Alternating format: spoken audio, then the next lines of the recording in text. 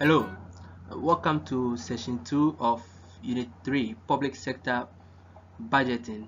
In this session, we'll be looking at the budget cycle and approaches to budgeting in the public sector. Budgeting in the public sector is not a one-stage process or a process done within few days. No, it takes actually a long time to be prepared. It takes spans for almost 8 months for the budget to be prepared before submitted to the appropriate body for authorization and approval for the budget to be implemented.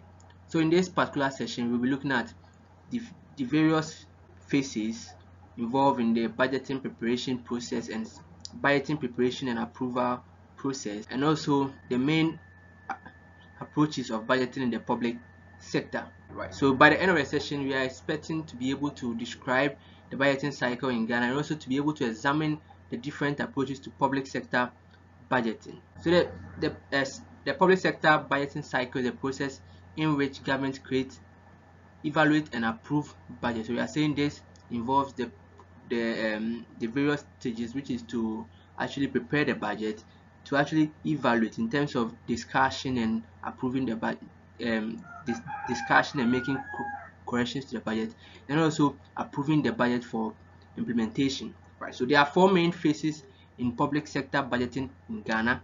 Right. So in Ghana, the phases involve formulation phase, the authorization and approval phase, implementation phase, and the audit and evaluation phase of the budget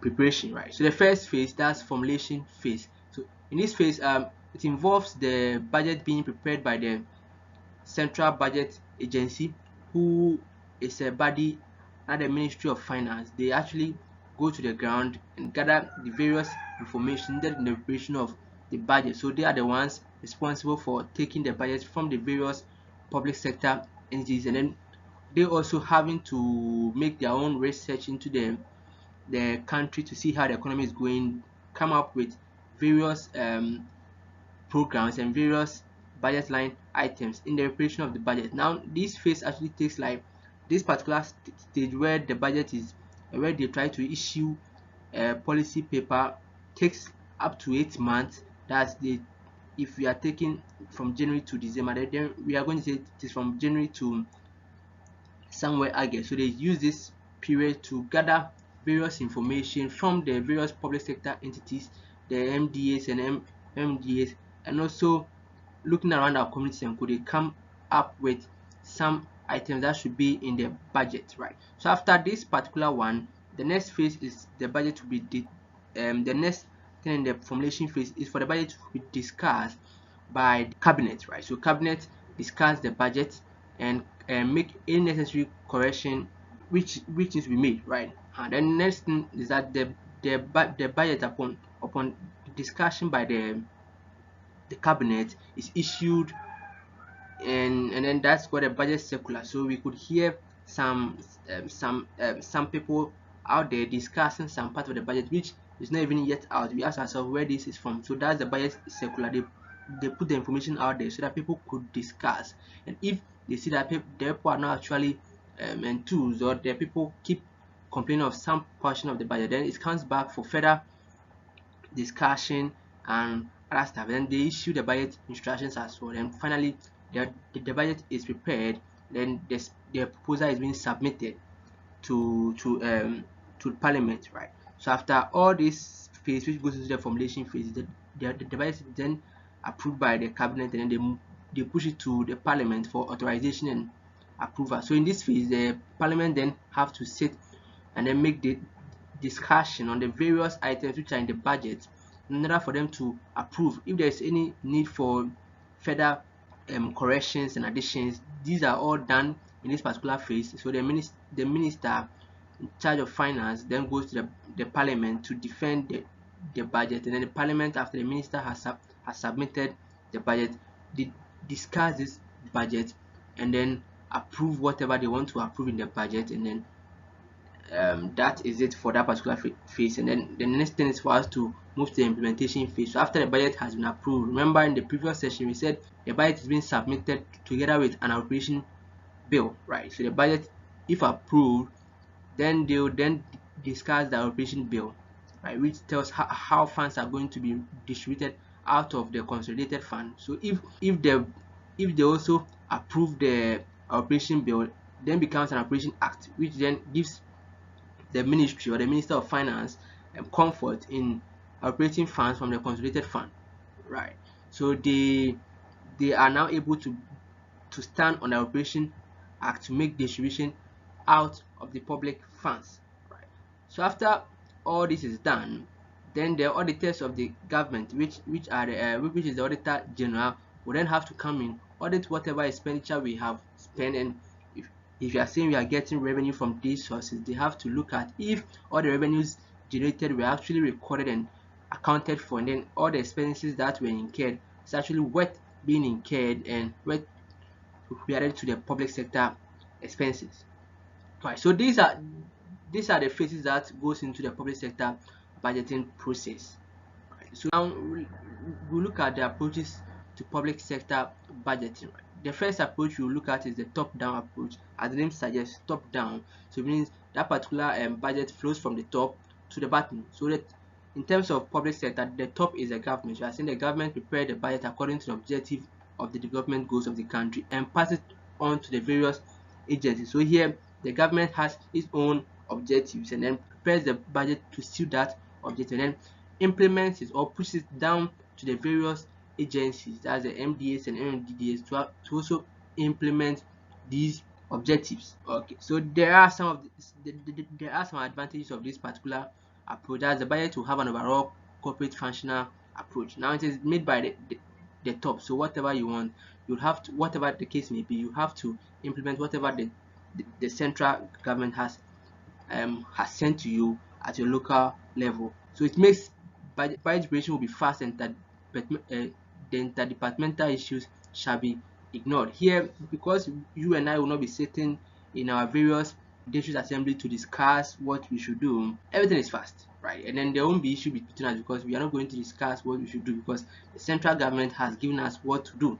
There are some limitations to this approach as well, right? Lower management or those at the lower level of political class will not be motivated as they do not have ownership of the budget. Now something is being sent from above for you to do, you don't have any input in that particular thing, you don't feel comfortable and you might not feel motivated because your input are not actually valued in that process, right? So you might feel not needed in that case.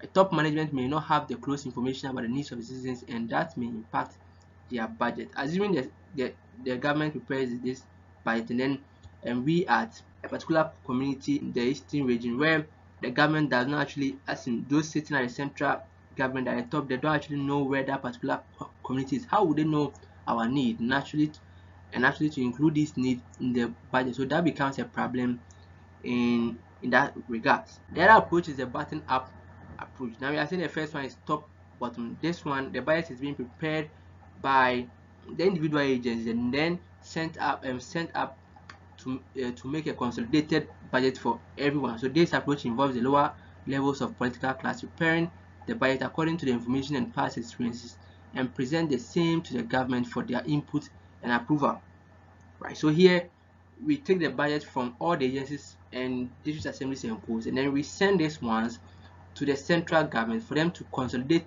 it together with the other objectives and other factors to come up with a budget. Right now here we are saying the citizens are motivated as the ownership of the budget is in their hands. Here they came to the grassroots to take the input. So whatever budget is then submitted, we know that our inputs were actually heard and then we were factored in the budget as well. So these are some of the advantages of this particular approach, and then it comes with some disadvantages. I think the budget might not be at par with the overall objective of the country. Now as a country we might have our own objective, but then individually, since we are all different in various ways, there is this kind of different objectives that we have. So if we are taking budget from individual communities and individual agencies, remember this might not be at par with the overall country objective. So this is some of the problems of the bottom-up approach.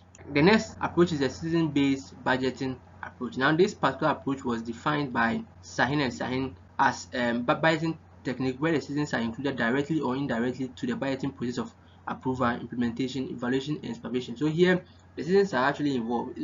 It's not only those charged with governance who will be sitting somewhere to approve or discuss the budget, no, but then also the individual citizens have discussions as to how the budget be and if it should be approved and how it should be implemented.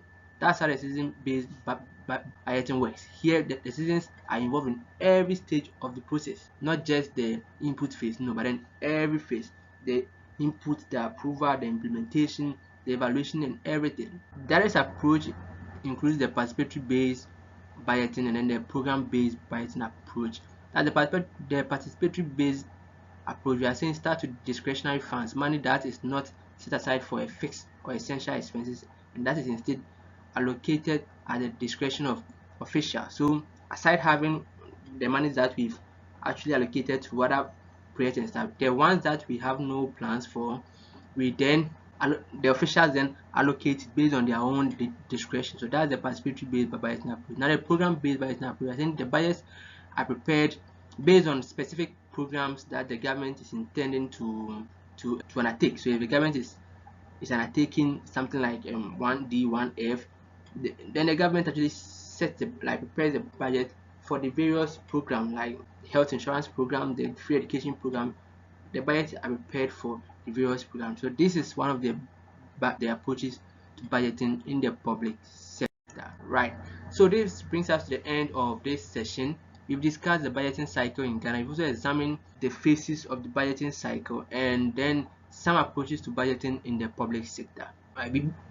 Before you move on, take some few minutes to recap the discussions we've had so far. If something is not clear to you, go back and then have a read on it again.